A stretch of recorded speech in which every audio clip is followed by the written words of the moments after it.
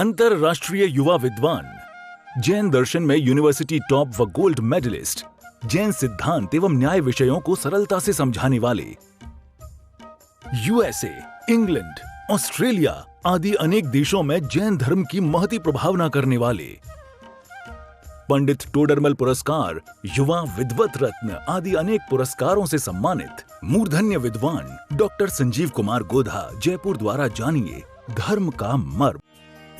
इस कार्यक्रम के प्रायोजक हैं सागर मध्य प्रदेश के एक साधर्मी भाई की ओर से इन प्रवचनों का प्रसारण किया जा रहा है।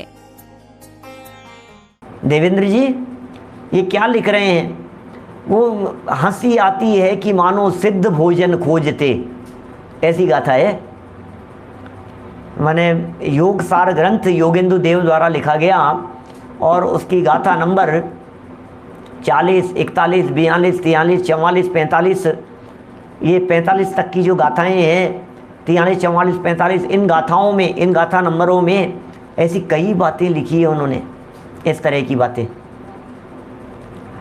माने देह देव देव देवल में नहीं रे, मूड नाचे त्राम में, बस देह देवल में रहे, जिन देव निश्चय जानिए, जिन देव तन मंदिर रहे, जन मंदिरों में खोजते, हंसी आती है कि मानो सिद्ध भोजन खोजते।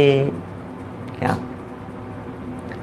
देव देवल में नहीं रे, देव देव माने परमात्मा, देवल माने मंदिर। क्या क्या लिखते हैं? देव देवल में नहीं रे, मूढ़ हमसे कह रहे हैं कि भगवान कहीं देवालय में नहीं है।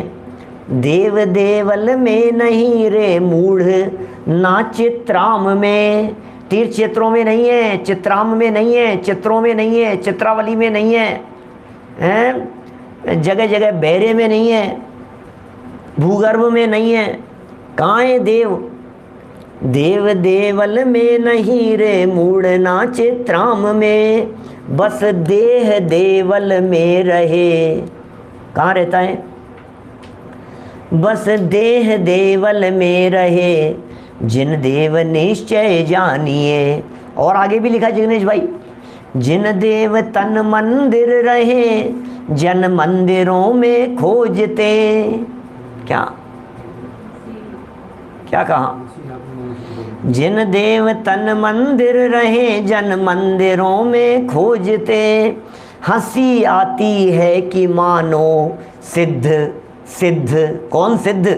ये सिद्ध भोजन खोजते। भोजन खोज रहा है, तलाश रहा है, यहाँ भगवान मिल जाएंगे, यहाँ भगवान मिल जाएंगे। क्या क्या क्या गजब गजब की गाथाएं हैं, योगेंद्र देव स्वामी ने कमाल किया है। बहुत गजब की गाथाएं हैं भाई। एक एक गाथाएं इस तरह की हैं। सारा जगत यह कहे, श्री जिन देव देवल में रहे। बोलो, ऐसी गाथा कही एक।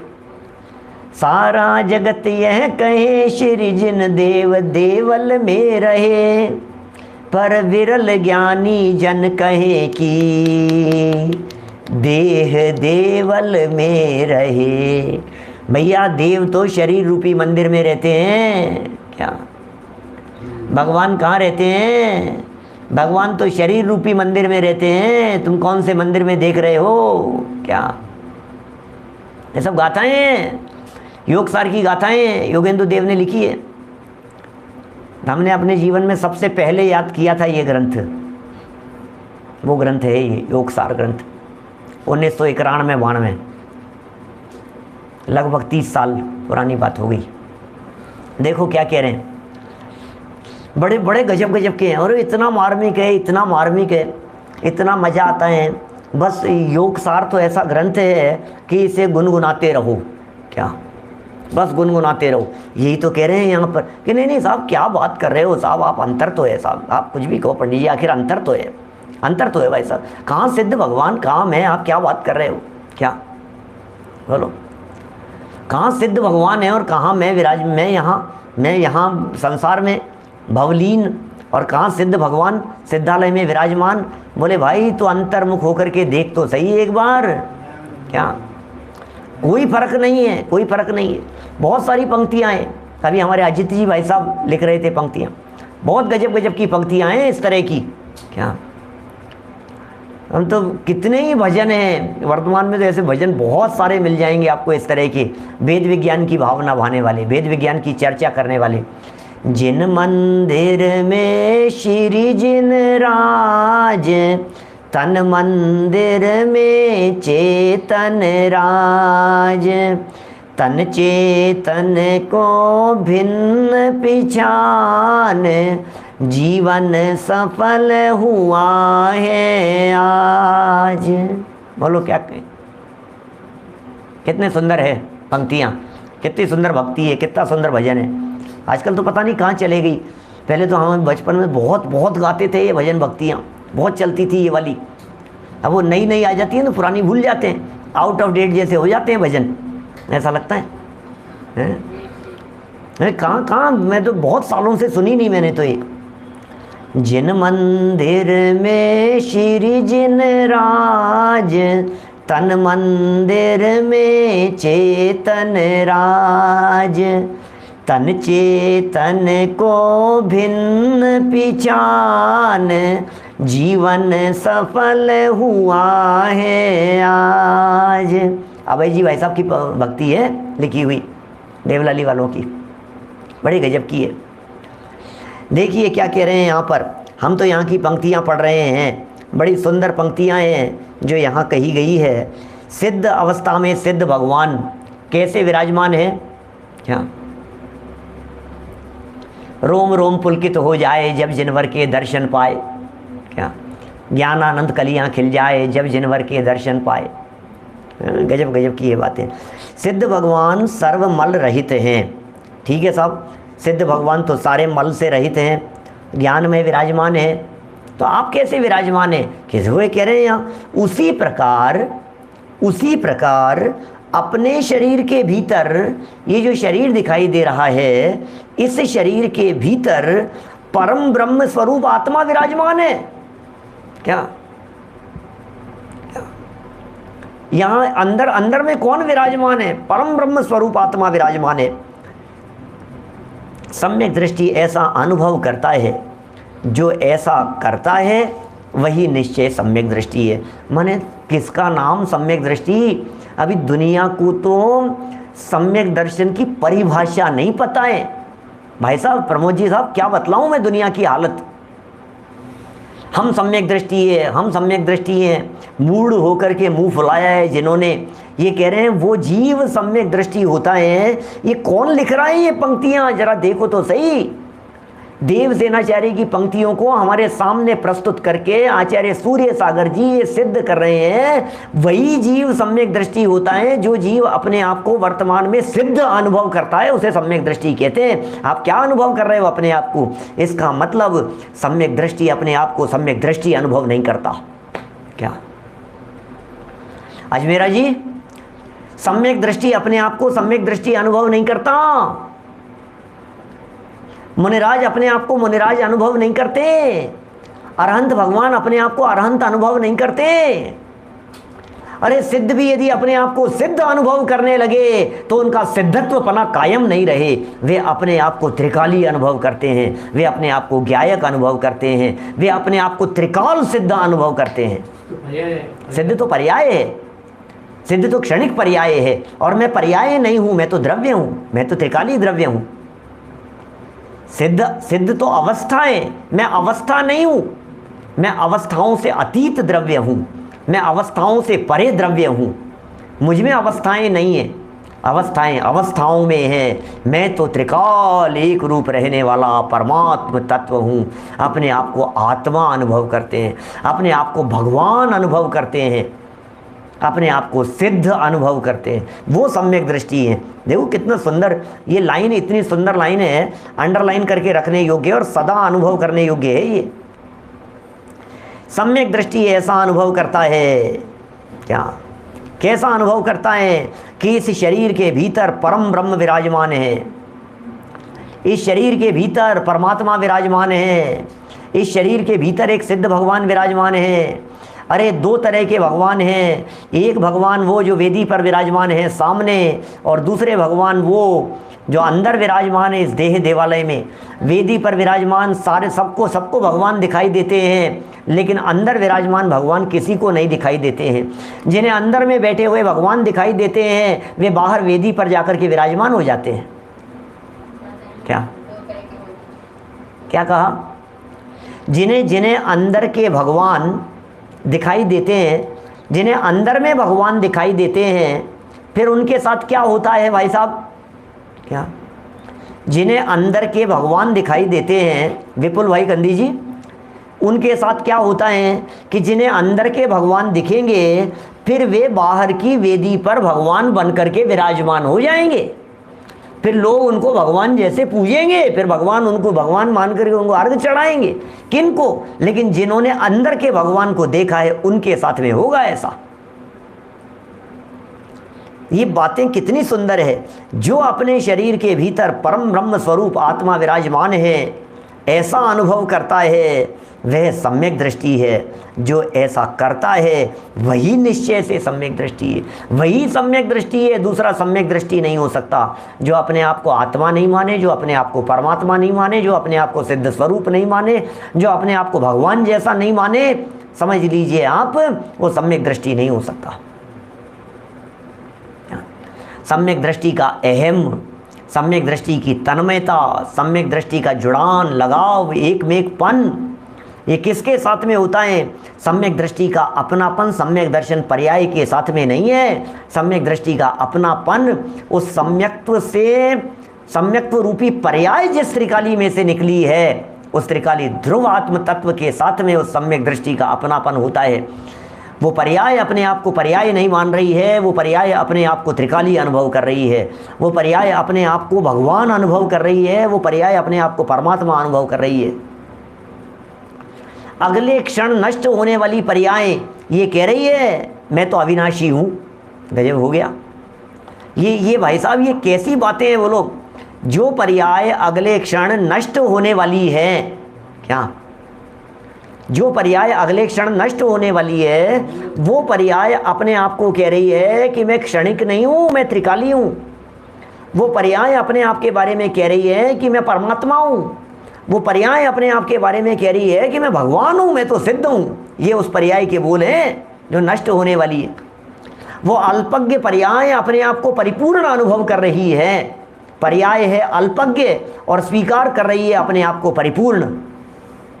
सम्यक दृष्टियों की बात है। सम्यक दृष्टि होते हैं ऐसे जो ऐसा मानते हैं, जो ऐसा स्वीकार करते हैं, जो ऐसा अनुभव करते हैं। ये सूर्य सागर जी साहब लिख रहे हैं वही निश्चय से सम्यक दृष्टि है। निश्चय से सम्यक दृष्टि, असली सम्यक दृष्टि तो यही है। इसे ही असली सम्यक दृष्टि कहते हैं। बाकी तो फिर सम्यक दर्शन का प्रदर्शन है, बाकी तो सम्यक दर्शन का दिखावा मात्र है। असली सम्यक दर्शन तो यही होता है। देखिए यह है आत्मा। अगले पैराग्राफ में देखिए ऐसे ही मर्म बतलाएंगे, उस आत्मा का स्वरूप बतलाएंगे। यह आत्मा निश्चय से या अपने स्वरूप से सर्व आत्मा व अनात्माओं से रहित है। ओहो, यह आत्मा निश्चय से, यह आत्मा इस देह देवालय में विराजमान यह आत्मा अपने स्वरूप से, भाई साहब देखो किसी को धोखा नहीं हो जाए, कोई गलत फहमी में न हो जाए भाई साहब, कोई ऐसा न समझ ले वे ये क्या बातें पढ़ा रहे हैं। नए लोगों को कुछ इस तरह की बातें समझ में आई, पता नहीं यार क्या बातें बोल रहे हैं। कह रहे हैं भगवान है, मुझे तो समझ में नहीं आ रहा है। आदिनाथ स्वामी को भगवान कहें तो समझ में आती है, महावीर भगवान को भगवान कहें तो समझ में आती है। ये कह रहे हैं सब भगवान हो। ये कैसे भगवान होते हैं? ये कौन से भगवान की बात कर रहे हैं? ये बातें कई लोगों के दिमाग के ऊपर से जा सकती है। कई लोग ऐसा सोच सकते हैं कि ये बात समझ में नहीं आ रही है, आप क्या कह रहे हो। लेकिन मैं क्या कह रहा हूं, मैंने तो गाथाएं खोल करके बता दी आपको। योगसार की 42, 43, 44, 45, 3, 4, 5 गाथाएं मैंने बता दी और बोल करके भी बतला दी जो याद थी वो सब की। भाई ये देखो क्या लिखा है यहाँ, भगवान कहाँ विराजमान है? भगवान नहीं, सामने नहीं, यहाँ विराजमान है। उनको देखो, फिर अंदर में देखो, ये वही भगवान यहाँ भी विराजमान है। क्या कितनी कितनी गजब गजब की बातें हैं। है आत्मा परमात्मा, परमात्मा ही आत्मा, यह जान कर हे योगी जन कोई विकल्प करो नहीं। ये भी योगसार की 22 नंबर गाथा है। क्या देखिए क्या कह रहे हैं, यह आत्मा, यह आत्मा क्या निश्चय से, यह आत्मा निश्चय से क्या अपने स्वरूप से, अपने स्वरूप से देखो तो सर्व आत्मा व अनात्माओं से रहित है। मैं सारे आत्माओं से रहित हूँ, मैं सारे अनात्माओं से रहित हूँ। अनात्मा माने पुद्गल धर्म धर्म आकाश काल से रहित हूँ, और जगत में जितने आत्मा हैं मैं उनसे भी रहित हूँ।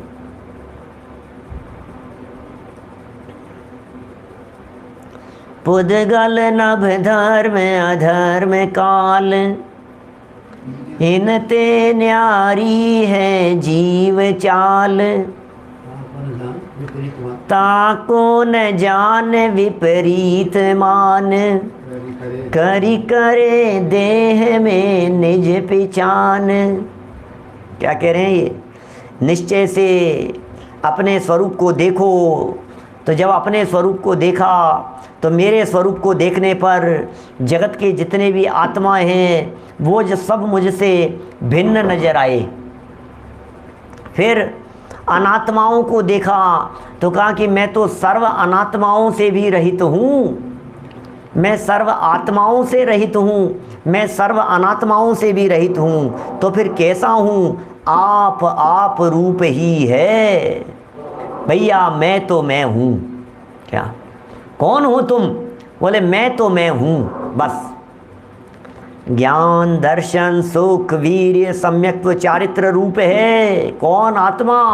क्या क्या कह रहे हैं, ज्ञान दर्शन रूप है, सुख वीर्य स्वरूप है, सम्यक्त्व रूप है, चारित्र रूप है। कौन है ये सुख वीर्य स्वरूप चारित्र स्वरूप, बोले कोई और नहीं है, मैं हूँ, मैं आत्मा ऐसा हूँ। अमूर्तिक है, परम निर्मल आकाश के समान निर्लेप है। ओहो, कौन है ये आत्मा, परम ब्रह्म और आकाश के समान निर्लेप है। ऐसी भी एक गाथा योगसार में लिखी है, 58 नंबर की गाथा है योगसार की, 58 नंबर गाथा। आकाश सम ही शुद्ध है निज आत्मा परमात्मा, आकाश है जड़ किंतु चेतन तत्व तेरा आत्मा। आकाश के समान शुद्ध, क्या रतन दीपक दूध घी दधी, दूध पत्थर अर्दहन स्वर्ण रूपा स्फटिक मणि समझानिए निज आत्मन।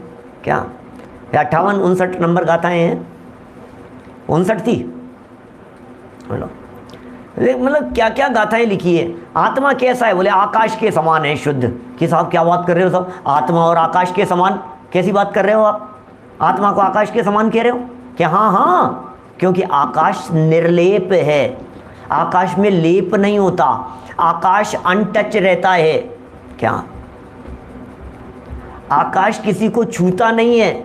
हम आकाश में हाथ ऐसे, आकाश ही तो है सर्वत्र, दाएं बाएं ऊपर नीचे अगल में बगल में सब तरफ चारों तरफ आकाश ही आकाश है। अब ये जब सब तरफ आकाश ही आकाश है तो हम आपसे पूछ रहे हैं कि आकाश कितना अशुद्ध हो जाता होगा भाई साहब? अच्छा, चारों तरफ पॉल्यूशन ही पॉल्यूशन हो रहा है तो आकाश अशुद्ध हो गया क्या? कि बिल्कुल नहीं हो रहा है। कैसी बात कर रहे हो आप? आत्मा अशुद्ध नहीं हुआ कि नहीं? बिल्कुल अशुद्ध नहीं हुआ। कि कैसी बात कर रहे हो, आत्मा अशुद्ध नहीं हुआ? इतने पॉल्यूशन से भी चारों तरफ अशुद्धता हो रही है। नहीं हो रहा है, क्यों? क्योंकि आत्मा निर्लेप है। आकाश आकाश निर्लेप है, उसी तरह से आत्मा भी शुद्ध है, आत्मा भी पवित्र है, आत्मा भी परम पदार्थ है भाई साहब। क्या निर्लिप्त पदार्थ है आत्मा। उसकी उपमा देकर के चर्चा की है। पारमार्थिक वस्तु कहा है आकाश को। आप जानते हैं पंचभूतों से जीव के अस्तित्व की सिद्धि या पंचभूतों की ही सत्ता मानने वाला ऐसा चारवाक दर्शन भी, पूर्व चारवाक की बात कर रहा हूँ, बाद में तो उन्होंने फिर आकाश को स्वीकार करना बंद कर दिया, लेकिन वे आकाश को तत्व मानते हैं, पृथ्वी जल अग्नि वायु और आकाश। क्या ये 5 तत्व माने हैं उन्होंने, चारवाक दर्शन वालों ने।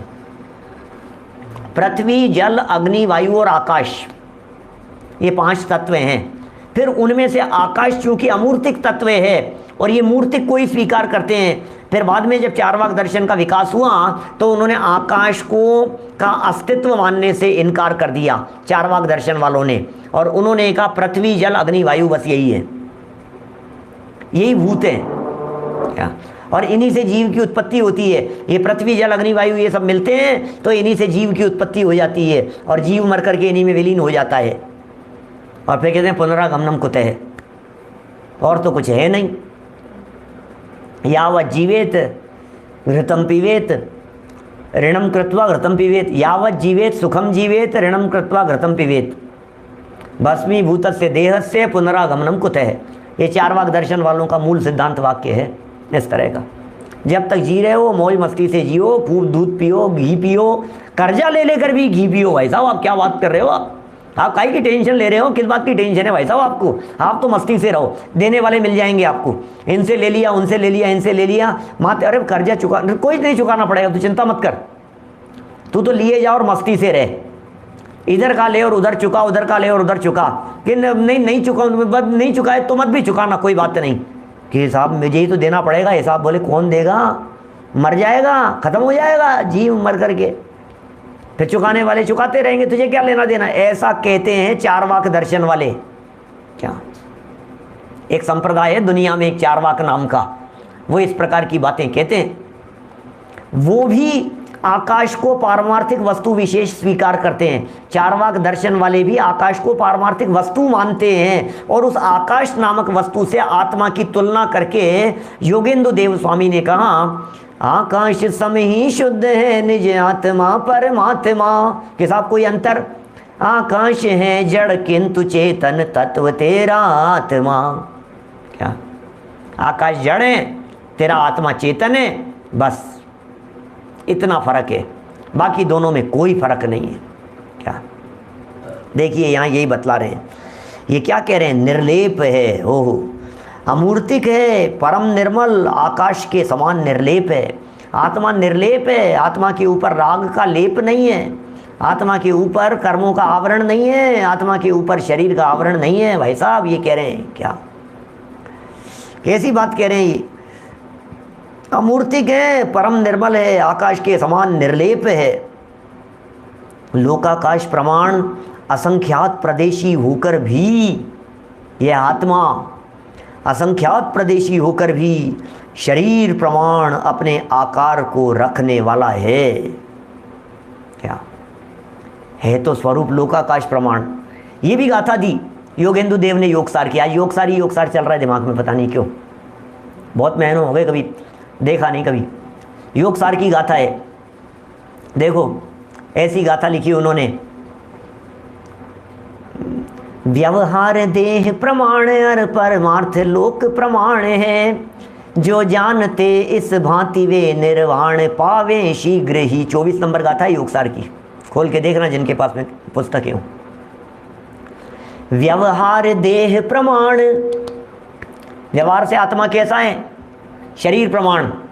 क्या व्यवहार देह प्रमाण और परमार्थ लोक प्रमाण है। क्या 24 नंबर गाथा योगसार। व्यवहार देह प्रमाण और परमार्थ लोक प्रमाण है, जो जानते इस भांति वे निर्वाण पावे शीघ्र ही।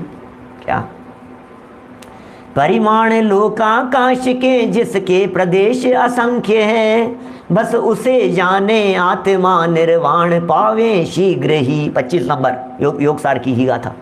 गजब गजब की गाथाएं योगसार की गाथाएं। डलास में चल रहा था हमारे टेक्सास में, अमेरिका में, हर साल कोई 20-25 गाथाएं प्रवचन के अंदर लेते थे। अभी कोरोना की वजह से अभी जाना नहीं हुआ, नहीं तो ये ग्रंथ पूरा हो जाता। मेरे ख्याल से 75-77 के आसपास गाथाएं हो चुकी है। यूट्यूब पर अवेलेबल है सारे प्रवचन इन सब गाथाओं के ऊपर। बड़े मार्मिक हैं, बहुत ही गजब गजब की गाथाएं हैं भाई साहब। बड़ा मज़ा आता है इन सब चीज़ों को देख देख करके। वही बात कह रहे हैं, लोकाकाश प्रमाण असंख्यात प्रदेशी। आत्मा कैसा है, आत्मा कैसा है, लोकाकाश प्रमाण है ये आत्मा। आत्मा का साइज कितना बड़ा है? बोले भाई साहब आत्मा की साइज की क्या बतलाएं आपको, आत्मा तो एक्चुअल में तो लोकाकाश बराबर है। इस कार्यक्रम के प्रायोजक हैं सागर मध्य प्रदेश के एक साधर्मी भाई की ओर से इन प्रवचनों का प्रसारण किया जा रहा है।